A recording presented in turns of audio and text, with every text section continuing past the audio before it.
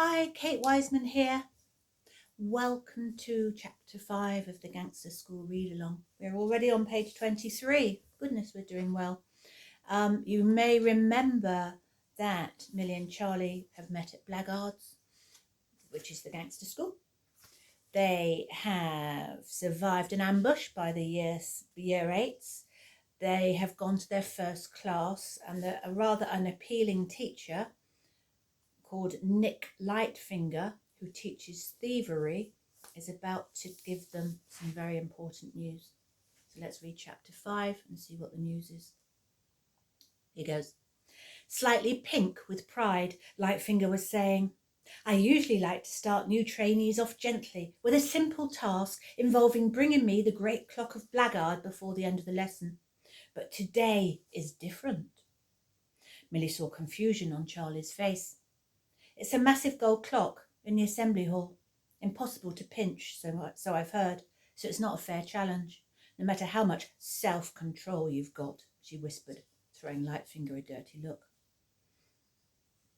I hope you realise how lucky you are, he said.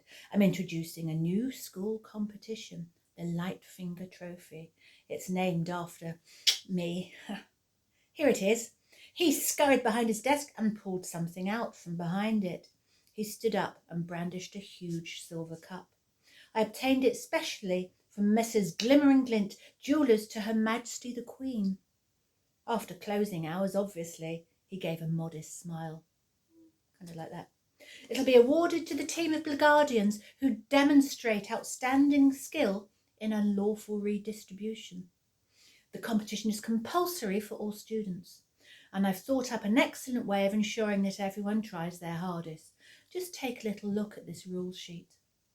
He glided among the desks, handing out sheets of paper. Millie scanned through it. The Lightfinger Trophy. Just a few rules. First bullet point. Only one entry per group. Mix up the age groups. Brain plus experience plus muscle plus enthusiasm equals success. Bullet point 2. Your entry can't be a person or an animal. Animals bring me out in a nasty rash. People too, sometimes. Bullet point 3. No help from adults. Number 4. Bring your entry to the grand submission day. The most valuable entry wins. Final bullet point. The team with the least valuable entry will be expelled. There was a collective gasp as the Year 7s read the final bullet point. Watching Lightfinger as he tried not to smile, Millie's lips thinned. Creep, that's not necessary. All fair. I'm going to say something. She stuck up her hand. Sir, we haven't had a single thievery lesson yet. The older years have had loads. How are we supposed to compete with them? That's why I'm suggesting that you baby Blackguardians team up with the older years. You'll be very foolish not to. And you don't look foolish. He peered at the name on Millie's pencil case. Millie Delane. You're the daughter of Arthur and Dymphna Delane. Well then, it'll be easy for you. Your parents are shining examples of shady success. Arthur Delane is the world's most successful art forger, and Dymphna's skills as a solver of criminal problems are legendary. No matter how dire your situation, Dymphna Delane can make it go away. Millie was unconvinced, and it showed on her face.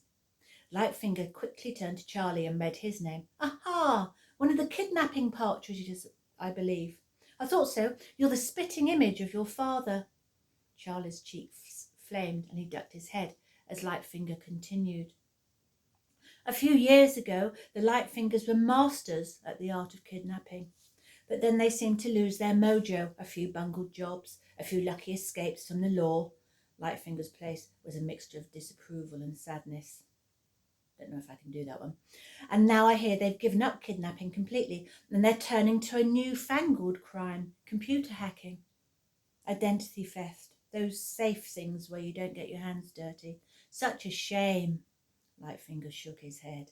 Seeing Charlie duck even lower, as if he was trying to hide behind his desk, Millie scowled at Lightfinger and turned to her new friend. Wow, you're a hacker, she said loudly. That's amazing. I'm rubbish at stuff like that. My mum says that That's where the future of criminality is, not in all the old stuff like burgling and robbery. Charlie shot her a look of gratitude and sat up a bit. When Charlie had recovered his composure, Milly asked, "What happens to the entries when the competition ends, sir?" "You bring them to the grand submission, where they'll be valued by me and Miss Martinet. She's not too bad at loot assessment. Oh, and there'll be a special guest judge too. Then they'll be sold off and the proceeds split between two excellent causes. Half will be donated to charity, Care for Old Wrongdoers, actually. I'm sure we all know some old crim who's dependent on cow now that their felonious days are behind them. Yes?" Most of the class nodded. "What about the other half?" Agatha Quint asked. "It's going towards my retirement fund. It's not easy being this forgettable. Actually, it's exhausting. I may have to retire early for health reasons." At last it was the end of the lesson, and the class was packing up. "So we're supposed to risk our necks to set Nick Lightfinger up in a beige bungalow by the sea. Not if I have anything to do with it," Milly muttered to Charlie, not realising that Lightfinger had glided to a halt behind them. The teacher's hamster cheeks were tinged with red as he leant between them and said, "There's nothing wrong with beige, Milly Delane. And by all means do refuse to take part in the competition. The psychopaths at Crumley's will be waiting for you with open arms. I strongly suspect that you won't be much of a loss to blackguards." Milly and Charlie left thievery deep in thought and drifted aimlessly for a few minutes. Eventually Milly voiced what was on her mind.